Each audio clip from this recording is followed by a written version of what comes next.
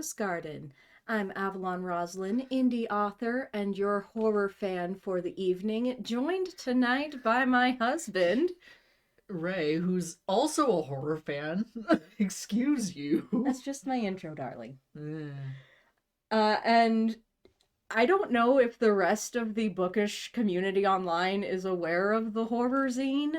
It has been all over my Tumblr dash, but also Tumblr is like A microcosm in and of itself. it is a graveyard where memes go to crawl their way out of the grave. So I don't know, because all of my booktube drama feed is typically taken up by people like Audra Winter or that really weird editor lady or Audra Winter or other people that I don't remember the names of. mostly it's been Audra Winter lately because she just keeps doing things. But regardless, I haven't seen anyone on BookTube talking about horror zine, and that could just be because of who I follow on BookTube, or it could be because people legitimately just haven't looked at this outside of the Tumblr sphere. But it seemed perfect to go over. This is unscripted and unplanned. I was going to be posting my Hades 2 book tag this week, and then this came across my feed, and I was like, oh, I have to talk about this. Also, I felt bad that it's October and I didn't really plan any spooky content. Spooky, So scary this seemed skeleton. spooky enough. Um, so yeah, the thing that people have been talking about with the horror zine are the rules for submission. And I'm going to show and read to you these rules. Okay. Uh, I have admittedly been able to kind of dodge um this nonsense. So I'm going in pretty much blind. yeah. Submissions are currently closed. Okay. And they do clearly, as you can see here, advertise very strongly that this is strictly for the love. There is no monetary compensation. They are not trying to scam people. I'm looking at this though, and I'm all like, oh, this is like some early 2000s Graphic design is my passion. web, like maybe even like late 90s. Yeah. I've got some real Angel Fire vibes. This is I taught myself HTML core. Like, which I kind of respect at this point because all websites nowadays are trying to lean into like the minimalist, like very looks like every other site, boring, like monotonous garbage site. So, I can kind of respect It's nostalgic. I can respect a site that still looks like it was made on Angel Fire. Yeah. Um but yeah, so like all the submissions, they are free to read. Like I'm not trying to claim that these people are being in any way like problematic or whatever. Yeah. And maybe they are and I just don't know. But no, I'm here specifically to talk about the submission guidelines. Oh, okay. I oh, now okay. We're on the submission guidelines already. Well, I'll let you say what you're going to say before I scroll down. We were on that page already though, is what I was saying. Oh, that's right, we were. um I wanted to click it. but okay, so if no one knows who I am, which you probably don't follow me online. I tend to look into a lot of fandom drama and enjoy that. The drama that does not The concern drama us. that does not concern us and sometimes does concern me, but it's too stupid for me to actually fully care about. So I've seen a lot of zine projects flounder and die by their submission guidelines, and then followed up by floundering and dying because the zine organizers ran off with all the money and ghosted everybody. Yeah. So I do enjoy some zine silliness. I'll say silliness to be nice. Yeah. Anyway, sorry, we were already on the submission page Yeah. apparently. Yeah. They're gonna reopen on October 27th. So if you think you can meet these guidelines, go for it. But I highly doubt it. All submitters must submit a photograph and a bio. But what about anonymous submitters? Just a picture of your cat, I guess. I don't know. All submissions are subject to editing, but we work closely with the authors during the editing process. Nothing is published without the author's pre-approval. Remember, even Stephen King has editors. I'm fine with that. See, okay, but I'm all like, this is a for the love event. This is just for exposure. It doesn't really need to be edited. If they want to go through and if they want to go through the trouble, fine. I feel like the submissions should be edited before they're submitted. Oh, I looked down and I already see some problems. Yeah, so let's go through it. The horror zine does not, and I feel weird that that's in blue and everything else is in red. Accept any material that contains adult or sexually explicit content. So no sex. No sex. Okay. Which, okay, if you want the zine to be PG-13, fine, I guess. Abuse or harming of children. Okay, so you can't harm children in your horror. Keep going. Any rape scenes. Okay, no rape scenes in your that horror either. Would follow adult or sexually explicit content. Yeah. That's kind of the part and parcel. Yeah. You don't really need to spell that one out. Serial killers. Slasher. Wait a second. So there's no serial killers in your horror zine. No slashers either. No slasher either. Or gore for gore's sake. Or splatterpunk. Or splatterpunk. Again, if you want it to be kept PG-13, I could understand limiting the amount of gratuitous violence. Okay, so But serial killers, and once again, slasher is a subgenre of serial killer, so you don't really have to say slasher when serial killers are already out. I mean, I guess you can have a slasher with it not being a serial killer. You can have, like, a slasher villain that's just going after one guy. But, I don't know. I guess. But even then, I'm just like, okay, that cuts out a big part of horror. And listen, as someone who doesn't particularly enjoy gore, like, yeah, sometimes I don't want to see that, but I wouldn't disallow it in a thing called a horror zine. Literally the horror zine. The horror zine. The horror. So instead of a horror zine, it's the horror zine, but we're going to cut out one very sizable chunk of what is the horror, subculture. Okay. Yeah.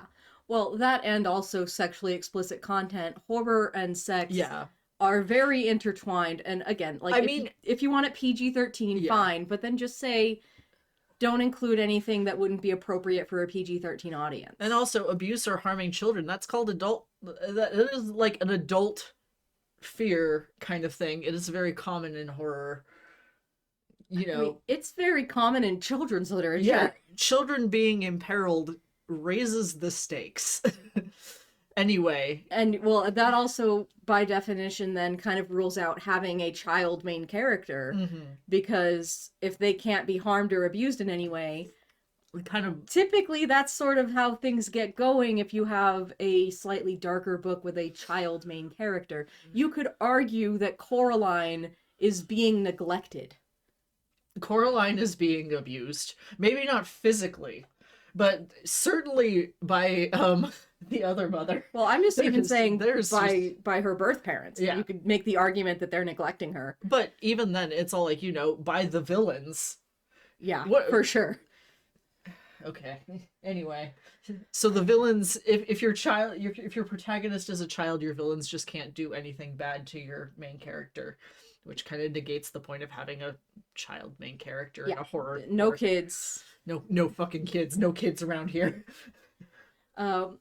We do not accept any religious or political themes. So no zombies, because political themes. Zombies are political. No vampires. No vampires. No werewolves. No werewolves. No, like, gothic fiction. Anything. No gothic fiction. Just at all. I mean, I would argue that horror, and all art is political. I subscribe to that rationale that if it exists, it can be viewed in a political context because it is not divorced from the time period either in which it is made or in which it is consumed. Or divorced from the author's own views. Yeah, biases. In general. No matter how much you might try to separate out the two, some amount of the author's bias is always going to slip in. Yeah. I admit that fully as an author myself. Yeah. But just... Anyway, yeah. Again... massive things that are part of the horror genre. Yeah. Because horror very overtly explores religious and political themes. Yeah. Most horror includes this. But yeah, so we're down slashers. We're down zombies. Any kind of monster, really. Probably also just general any apocalypse. Yeah. Because that's very political. And religious. And no gothic themes because that's just all religious themes. so we're down 3 big genres already. So far what we have left is haunted houses, but only the most secular haunted house imaginable. Yeah. This ghost cannot confirm or deny the existence of a heaven. It's solely like, oh, you can't even have demons in your haunted house. Nope. Like I'm just in my mind keeping a list. You just got Monster House. Your house has teeth. No, harming or abuse of children. Well, no, Monster House is out. Okay, I mean a monster house, but your protagonist is an adult. Okay, yeah, like I'm keeping in my head like a list of the horror giants, like the most well-known and popular works either in film or literary, and I think we're down to Haunting of Hill House is the only thing I can think of so far that fits. Abuse of children. Haunting of Hill House? Yeah, like the oh right. I was thinking You're about thinking Turning of the Screw. Yeah, I am. No. Haunting of Hill House is the only one we've got so far. We do not accept any submissions written in Old English, Victorian, or 19th century styles. Okay, I understand Old English, but... Because that's a different language. Victorian and 19th century, that's just pretty much English. That's English. That's literary canon. That's just English. So you don't accept submissions written in English. Here's one that you'll actually...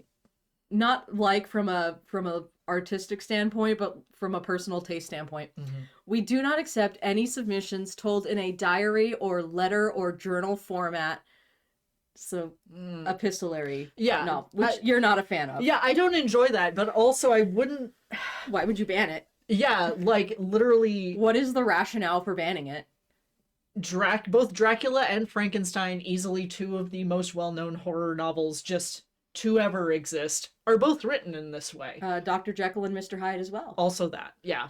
But I'm, Frankenstein and Dracula are just... The big ones. The big ones. And they're both written like that. So I don't understand why kind of very much this pillar of Gothic literature especially, but obviously we've accepted that Gothic literature just is not accepted in this zine. Yeah. Dracula and Frankenstein are out for other reasons, but it's all this is kind of, especially like you said, I do not like epistolary novels. It's a framing device that just always irritates me solely because no one writes letters this way. Yeah, it's a personal taste thing for you. Yeah, but it is a big part of the horror genre, especially. It's the whole found footage thing. Yeah. The epistolary novel is the found footage of the day. Yeah, it is so horror. Even in the one epistolary novel that I consider to be one of my favorite books, Don't You Dare Read This, Mrs. Dumfrey, that's kind of a horror story in and of itself. Yeah, it's a very contemporary, oh my god, how are these kids going to survive? And that is also a book that would not be allowed in the horror zine because... Abuse or harming. So much child abuse in that book. But... And this also just goes to show... Sorry, want to peek in here real quick that, like, even if you generally don't like something, there are always exceptions. Yeah. I don't tend to draw, like, firm lines in I would refuse to read something that has this, this, and this. I have read gory novels, you know, despite not liking gore. I've read, like you said, epistolary novels. I have one of my favorite books is an epistolary novel, though I generally don't tend to enjoy them simply because, like I said, usually no one writes letters this way. Yeah. It always ends up feeling too detailed to be like a letter. Honestly, I think Don't You Dare Read This, Mrs. Dunfree might pass because it's a diary and because she does write with some brevity. Yeah. Like, it's a high school student. Margaret Peterson Haddix, who wrote it, definitely captured, like, the voice of a teenage girl in that. Yeah. Where, and it works. You know, she might be able to write a little bit flowery, but it's not beyond what your average teenage girl would think to write if they were, like, in the situation, going into detail and explaining and being teenager dramatic about things. Yeah. And getting it off her chest because this diary is the only place she has to do it. But so yeah, just okay. So but this is a big chunk of. So we do not accept any submissions told in a diary or letter or journal format. Written in numbered chapters. So we have no numbered chapters. Told as memories. No. So no, this is a story that happened to me once long ago. Or told entirely as dialogue, someone recounting past events. So, like, Carrie would be out. I guess that would also be abuse or harming children. But I'm going through a bunch of, like, different books in my head. And it's like, okay, so if all of the protagonists were, like, adults, Carrie would also not be allowed. And the one rule I do wholeheartedly agree with here, we do not accept any submissions created with the use of or any assistance from artificial intelligence. Okay, fine. Like, yes. based. Absolutely good, yes. I feel like this should be first. Yeah. I feel like this is the most important rule on this list. And then followed up by, like, you know, we don't accept any material that contains sexually explicit content. Because if you don't want it to be adult, you don't have to make it adult. And then it would get slowly more batshit as it goes down. Yeah. And if you just stop there, you know. But we do not accept fan fiction. Since there's no money exchanging hands here, I'm not entirely sure what the... I'm like, isn't this a for the love thing? And also, like... So much of horror is fan fiction. Yeah, I'm just over here like, listen, we've done so many things. Most things nowadays are derivative of past things. Like, what would constitute fan fiction? Like, I'm guessing just legitimately, like, here is Hannibal and Will and their adventures, like, or here is Sydney Sweeney and my sequel. Hannibal wouldn't be allowed. No serial killers. Oh, that's right. Well, I'm just trying to say, like, you know, like, here's my sequel to Scream, and no slashers, I know. But no slashers, how could you? Here's if my OC was in The Haunting of Hill House, because so far I think Haunting of Hill House is still the only major work I could think of that would be allowed. No, because Haunting of Hill House, I'm pretty sure, is a gothic, like, novel. Oh yeah, it has numbered chapters. And it has numbered chapters. No numbered chapters. Like, again, I feel like you could just do, like, a word count limit if you don't want people submitting whole novels. Yeah. Anywho, we're not done yet. Oh no, what? Oh. Okay. Please do not lock your document or set it for track changes. Only one space after each period is preferred. All must be single space, Times New Roman, font 12, no paragraph indentation. Font 12, ew. Instead, please use an empty line in between paragraphs to separate them. Okay. Word count needs to be between 1,900 to 4,000 words. No flash fiction at this time. I would consider flash fiction to be in the realm of 1,900. It is 500 or less, is how it's defined. Whatever. So what we are looking for. See, Here's what you can write. I see 500 words and I'm like, that's a poem. So here's okay, what can they we write? want. And this is the part that I've seen really getting ripped to shreds here. Original short stories. I don't even know if this is all appearing on screen right now.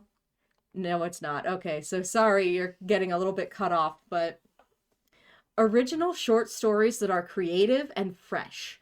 I am seeking not only horror, but mystery, suspense, science fiction. You're looking for science fiction, but it can't be political?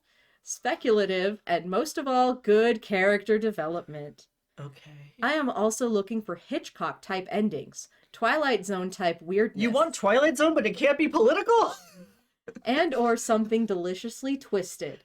A surprising ending is a plus. I am also looking for good ghost stories, monster stories. You were looking for a monster story, but it can't be political?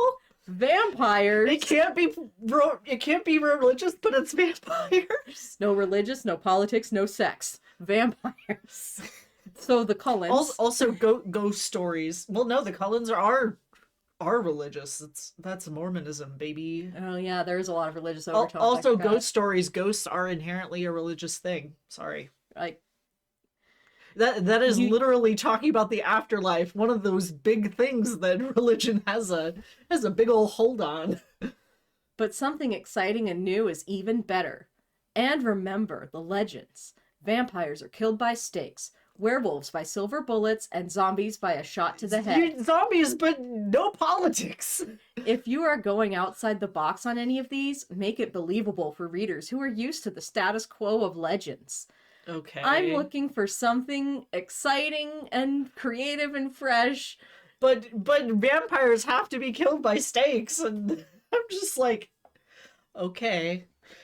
I want it to be creative and fresh, but try not to go outside the box, or at least try to make it believable for people who are used to the status quo. You know, people who are used to the status quo, a term that very Stick to the status quo. I don't know the tune for that song. A term that describes horror fans very well is people who stick to the status quo. Oh, I don't know. Don't you remember all the people who were complaining that Edward sparkled? I mean, I was one of those people, but that's just because I thought it was stupid. Like, that was easily one of the least egregious things about the Twilight series. I was just like, okay, whatever. And it made sense that he was granite. I'm all like, okay, fine. But it's like, okay. The best story you can submit has a buildup of suspense, and then contains an unexpected and surprising ending, no matter what the subject. Like your werewolf not being killed by a silver bullet, actually. Here are some general guidelines to writing short stories. Oh, you're gonna tell us how to write a story? Yeah. Start with action. Why? Briefly familiarize the reader with your protagonist. Make him or her likable, or at least relatable. Why? We're writing horror, you don't have to make your lead likable. Or relatable. Like, start with action, I can somewhat see the point of, because you have very limited word count to work with. But what if action can be defined in any number of ways. What if you want to like start slow, like a slow creeping uneasiness? Yeah, like I'm thinking of, like I certainly wouldn't think of The Lottery as starting with action. No, and The Lottery is probably one of the best horror works, like short horror works to exist. Provide an obstacle. The Lottery is like burned into my brain forever. Provide an obstacle for your protagonist. No shit, Sherlock. Yeah, I mean, that's kind of what defines a protagonist, right? The character that overcomes the obstacle. And I would be like, is this contest aimed, or zine, I guess, it's not even really a contest. Yeah. I'm like, is this aimed at actual children who need to be taught this? Maybe. Or because I feel like children also don't need to be told not to include rape. Yeah. Well, I don't know. It depends on the child. I mean, 6th grade me was pretty fucked up, but yeah. 6th grade me also didn't, fully understand the ramifications of anything, so Describe how your protagonist overcomes or at least deals with the obstacle. Oh, goody, we've got 2 points about how your protagonist needs to have an obstacle and needs to overcome that obstacle. And you should describe how they do that, SJM. I'm just over here like, but it's horror. They don't always. Yeah, your protagonist might not overcome the obstacle. Christopher certainly doesn't. Nope. A chase scene might be desirable, but not essential. We don't always need a chase scene. Where's there gonna be a chase scene in a haunted house? Running from the ghost. Ooh, spoopy. We can't have ghosts. Oh, yeah. Can't have the afterlife. The house is trying to eat you. Another fantastic the house is slowly digesting you. Anatomy is just fantastic, but somehow I feel like that also wouldn't be allowed somehow. Probably because it's gore for gore's sake. Is like, that is such a vague descriptor of then any gore could just be deemed as for gore's sake. Yeah. It's like what specific guidelines? I don't know. Give the reader hints as to the ending. Provide a completely different ending than your hints. Shyamalan. Just Shyamalan it. Yeah, just Sixth Sense would also not be allowed. Yeah. Even beyond the ghosts thing. It's religious. It's religious. It's children being harmed. Yeah. So Sixth Sense is out. The Happening is out. Is Signs out? Is Signs out? There is a little girl who is technically in danger. Yeah, and also the main guy's a priest. Yep. So that's out. It is important. And also aliens are inherently political also. Because science fiction is also inherently political. So we're down science fiction, we're down apocalypse, we're down gothic literature, we're down slashers. What can we write? We're down any monster. Yeah, we're down monster movies. What can we write, guys? Again, I think it's just Haunting of Hill House. And even except it can't have any numbered chapters. And ghosts. Well, we don't know if there are ghosts in The Haunting of Hill House, though. But that's still that religious theme. I guess. Like, if there is even talk of ghosts. Anyway. We simply cannot. I don't think The Haunting of Hill House would work. It is also important to balance the amount of dialogue to the amount of action. Too much dialogue and you are telling the story, which will get you kicked out on account of the other rules about... Instead of showing the story. Alright, is there anything else with poetry? We like rhymed poetry. Okay, so Dr. Seuss is allowed. Oh, Dr. Seuss is very political. Yeah. Please do not center align your poems. Please left align them. Okay, fine. We like rhymed poetry. However, if you rhyme it, don't do it rigidly. We like rhyme poetry, but if you rhyme it, don't rhyme it all the time. So we're talking...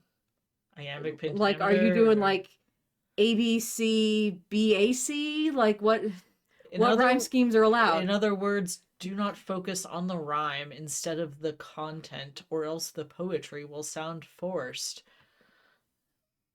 Freeform is also good, and we like that as well. All poetry must be deliciously dark. Show some emotion. It can't be dark because your submission guidelines say that you're not allowed to do anything dark at this point. You cannot be gory, you cannot be sexy, you cannot be political or religious, you cannot be anything. What? So basically be like a Hallmark Halloween card. Hallmark Halloween card. We are looking for amazing and beautifully descriptive prose, yes, but we also want the poem to touch its readers. Wait, hang on. Hold on here. Prose is by definition not poetry. Not poetry. That is what prose is. Prose is non-poetry. Mm-hmm. Anything that is not poetry is prose. I think what they're looking for is what's it, beautifully descriptive Writing. writing, yeah, would be the best. But we also want the poem to touch its readers. We want the reader to say, yes, I can relate, or I understand, or I felt that way too. This is a horror zine. This is a horror zine. I sure hope that people don't relate. I want people to read it and think, I'm gonna shit my pants, or I need to sleep with the lights on I tonight. sure am glad I'm sitting on the toilet while I read this. I'm glad that he's frozen in there, and we're out here, and he's in here, and we're out there. Anyway. Humor is also appreciated, as long as it doesn't miss the mark. That is impossible to quantify. Yeah, because humor is subjective. For your poetry submissions, be sure to send at least 5 poems. We want to choose the best 3 out of the bunch for publication on the horror zine. Poetry should be in font, 12 times in Roman, single space, no indentation. What if you only got 3 poems? What if you just want to send in 3 poems and say, I want to have these 3 published? You better write Please 2 really don't. short, crappy poems. you just add in, like, the cat is blue. I'm blue too. Baba da boo. Dabba dee dabba die. Oh no, I said die. Oh no, I said die. Oh no. Yeah, I'm surprised they don't have anything about cruelty to animals. Because they have no harm or endangerment of children, but nothing about animals. So could you do fucking anything to animals? And they'd be okay with it? You don't do gore for gore's sake. Wait. Can Edgar Allan Poe's The Black Cat still be accepted? I don't know. I'm trying to remember if that had any religious or political shit, you're right. views. Because it is Edgar Allan Poe. He always had something going on. Alright, well, we'll think about it. Art. We are only accepting pen and ink, watercolor, acrylic, oil, and felt pen works. We are not accepting anything created with AI. Okay. We But also, okay, so what if you get a freak like me who likes to chisel their pencil into the paper? Do I really need to use a pen? We are looking for works that make the viewer want to study your piece. We accept all types of art. No, you don't. No, you don't. Dark, mysterious art, surreal, yes, but also things of beauty. I'm really hating this. We want this, yes, but also. Your work does not have to be horror themed. Why? This is a horror zine. Yeah, explain? Why does your work not have to be horror themed in order to get into the horror zine? We do not accept portraits of famous people or characters. We do not accept cartoon or graphic novel art. Is this them saying no manga style? You can't draw manga style? Wait a second. We do not accept cartoon or graphic novel art, so it all has to be hyper realistic. I guess. Because, like, cartoon covers a wide range of Styles. So you can't make, like, create a narrative. I'm going to assume that they don't just mean no anime, but it's like, okay, so I feel like it is just no anime, though. I want to give them the benefit of the doubt because that's stupid. Especially if this is like aimed at children. So you cannot create a narrative with your art. It just has to be one picture, assumedly. Okay. With no text. But it also cannot be like a cartoon, so it cannot be like an exaggeration. So yeah, it just has to be like portraiture or landscape or like still life or something to that effect. Or like the guy from Scary Stories to Tell in the Dark. That's cartoon. Would that qualify? Yes, it's very exaggerated. Oh, shit. Well. Yeah, like, that's why when you say cartoon, it's a very, very vague,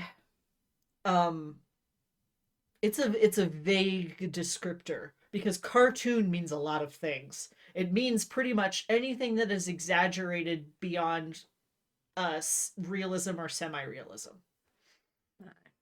All right, and then right down here at the bottom, they didn't put this in as big of text, but I do want to read out the disclaimer. Oh, okay. For published pieces, we take first electronic publishing rights. Bear in mind that some print magazines will not publish pieces that have been published on the web, so for all intents and purposes, if your work is published by us on the internet, it might be marketed to print magazines as a reprint, which can limit the number of markets that will accept it and can reduce the pay rate it can receive. Wait, pay rate? It is like for future printings. Mm.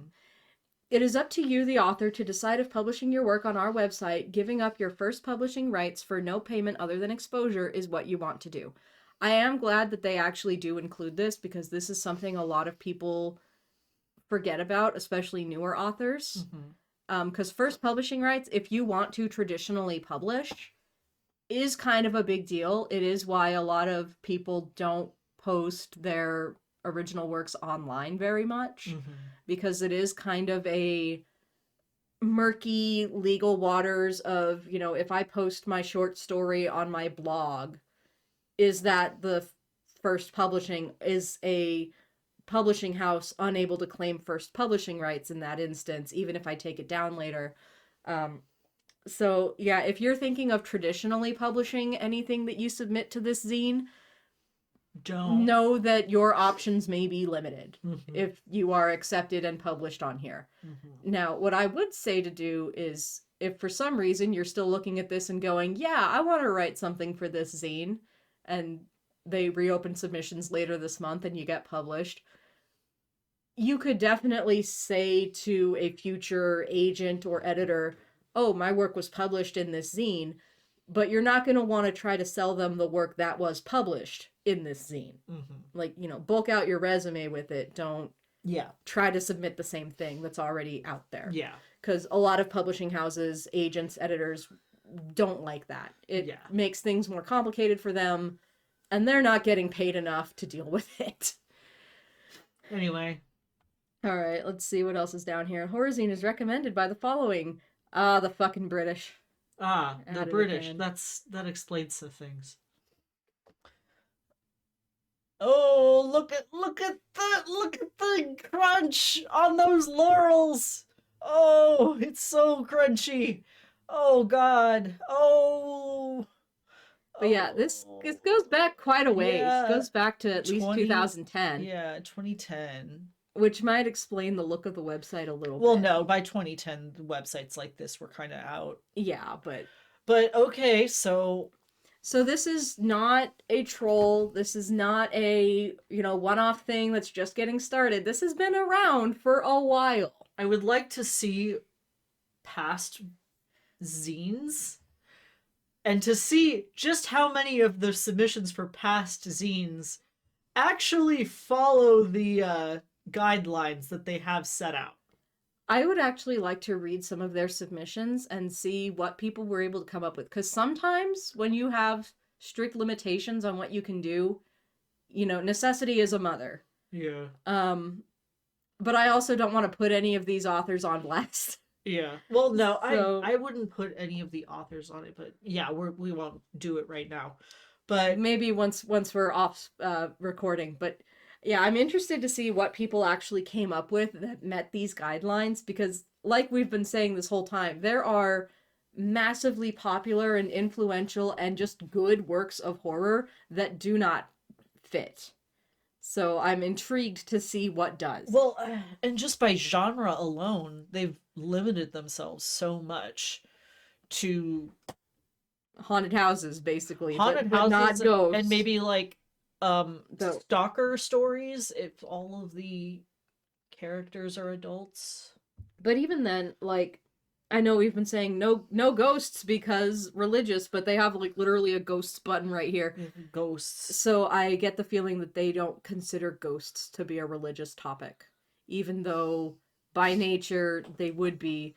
But as long as they're not talking about those themes, then they probably squeak by.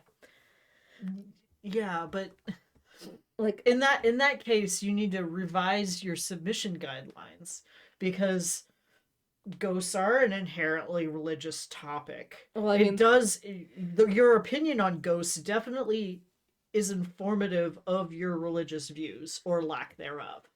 Yeah, and then like, you know, vampires. Yeah. Vampires have always been very much tied with discussions of classism and racism and fear of the other, which is very political. Yeah. Like Dracula is rooted in xenophobia, specifically of Eastern European xenophobia. Yeah, and like even Carmilla Yeah. is very political and Yeah. very political, and well, Carmilla wouldn't be accepted anyway because there's some heavy petting in that. There's some sexual stuff in that book. and in Dracula as well. Yeah. So, but like even just the character of Dracula is inherently political. Yeah. I mean, all art is, and horror most especially, and science fiction especially. Like saying that you can't have political themes and then being like, we want science fiction, we want zombies, and I'm all like, how are you gonna do that, buddy? those genres specifically are like need to be political in order to exist. It smacks of that thing where, gamer bros would be like, oh, I don't want any politics in my game. And it's like, well, video game is art, and art is political, so there are politics. Fucking Pokemon is political, okay? Yeah. Like, don't play. And even then, just, okay, so... Literally don't play. Saying that you don't want political themes in your horror, it almost kind of rubs me the wrong way, because generally horror, more than any other genre, has been used by marginalized groups over the years to kind of express their discomfort with the world at large, pretty much. Yeah. And when you're part of a group that is inherently politicized, so what are we saying no gay characters because that's political? Yeah. Like it makes me uncomfortable. That saying no political themes makes me very uncomfortable, especially coming from the horror zine. Yeah, because again, horror is political. Yeah. If you're saying nothing political, well, what defines that? It's the same as them saying no religious themes, but ghosts are clearly advertised here. So it's like, okay, so you don't consider ghosts to be in any way religious. So what do you consider? Ask your average Catholic if they agree that ghosts aren't a religious thing. The amount of times people have told me, I don't believe in ghosts because they're not in the Bible. Like, specifically, that is why they do not believe in ghosts. If ghosts were in the Bible, they would believe in them. That's like an American Baptist thing. Every Catholic I've ever known in life believes in ghosts, specifically because it's all like, oh, that's what happens, when you get trapped between here and the afterlife. Yeah, purgatory. And it's like, yeah, ghosts are inherently religious. At like the end of a ghost movie, if there's like a good ghost and they are laid to rest, and then at the end they go off into this beautiful white light. That's religious. That's heaven, boy. That's religious theming. Yeah. So it again just comes down to, what do these people, whoever is making this zine, what do they consider to be political? And that can be very different to different people, because if you... Or religious or political, or anything, or sexual. Yeah. Because, there are people who believe that me simply being out in public is sexual. Mm-hmm. So where's the line? What are we doing here? Like... Yeah. It makes me raise an eyebrow. And I'm not trying to accuse these people of being I don't know these people. I don't know what their values are. Mm-hmm. But that is what it makes me think of. It makes me think of the same people who would say that only depicting sitcoms with a white middle class man and woman married and their 2.5 kids is not political. But if you depict a sitcom with a mixed race family, or a family with two dads or two moms, that's political, even if it's the exact same script. Well, that's because, once again, author bias is a thing. Yeah. If you do not think that a sitcom depicting a white mother, father, their 2.5 kids in a house with a white picket fence, if you think that that is not political, that is your own bias. Yeah. It is very political. You just don't know it. You have fallen for the propaganda. Yeah. So there, we read through the guidelines and what they're looking for. We reacted to it and gave our 2 cents. So yeah, I will catch you in the next video, which, outside of just Throne of Ass, which was recorded months ago, the next video coming up on this channel should be my review of The False Prince. Yay. A very political book. Yeah, it's almost like all art is political or something. And it's aimed at kids. Huh. So it's actually part of, I guess our state does something called Battle of the Books. Nice. And it's like this trivia challenge, and like you have a team of kids at your school that compete against other schools. Mm-hmm. And The False Prince is actually one of the books that are on that list. Nice. Or that is on that list. Grammar's hard, it's late.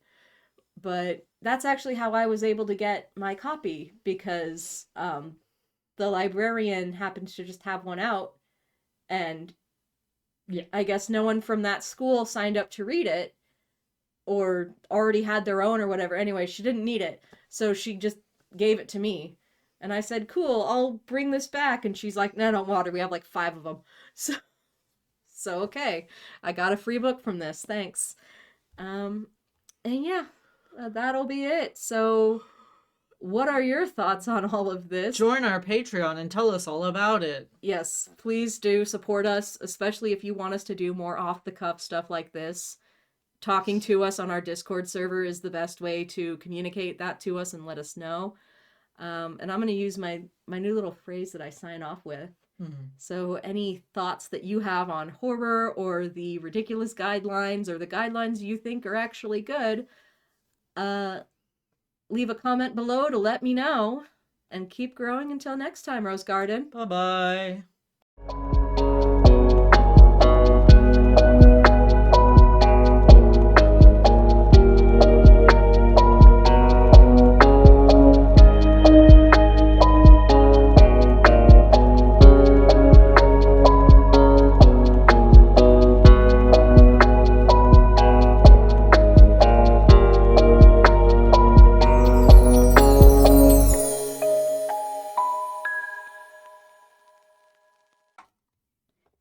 Hello, my lovely Rose Garden, and thank you for sticking all the way to the end. You get a lovely little post-credits scene. Ugh. So we decided to go ahead and read one of the winning submissions for 2025, just to see if they did somehow manage to meet all of the guidelines. No, they didn't. They did not. We found many overtly political themes. Yeah. And it's almost like horror is political or something. And again, we're not going to say which one, because we don't want the author to be dogpiled. Yeah, no, like I have a big enough audience to do that. The writing itself was technically decent, but I'm just over here like slightly juvenile, but fine. Yeah, like it's fine for people who are not professional authors to be submitting work. For people who are submitting stuff that they're not going to get paid for, like it was perfectly serviceable. Yeah, it's fine. But not only was it extremely political, probably, once again, not in like the, oh, we're gonna name drop politicians kind of way, but in the way that horror tends to be political, where they focus on the peripheral of society. And actual term used. Yep, actual term used. And also a lot of the setup and setting tend to be pretty political in nature. Yeah. And this one featured police, which are inherently a political subject matter. Yeah, especially with a character that is clearly below the poverty line. But, and yeah, so So they said no gore for gore's sake. And there wasn't gore in the usual sense It that they wasn't. think of. It wasn't splatterpunk. It wasn't splatterpunk, but it was certainly very disgusting, and It was the gross out. and very like what's the word? Like graphic, and there's something more. Visceral, macabre details. No, X something or other. Exploited? No. No. When we're talking about something that is like super extra and like Extreme? no. No, that's not it. Uh, Well, rather yeah. than hung up on the word, Yes. it was very Graphic. overt, Very graphic, gross out. detailed, gross out. And I'm just over here like, so why doesn't this count as gore? Yeah, well, Is it only gore if it's blood? there was blood though.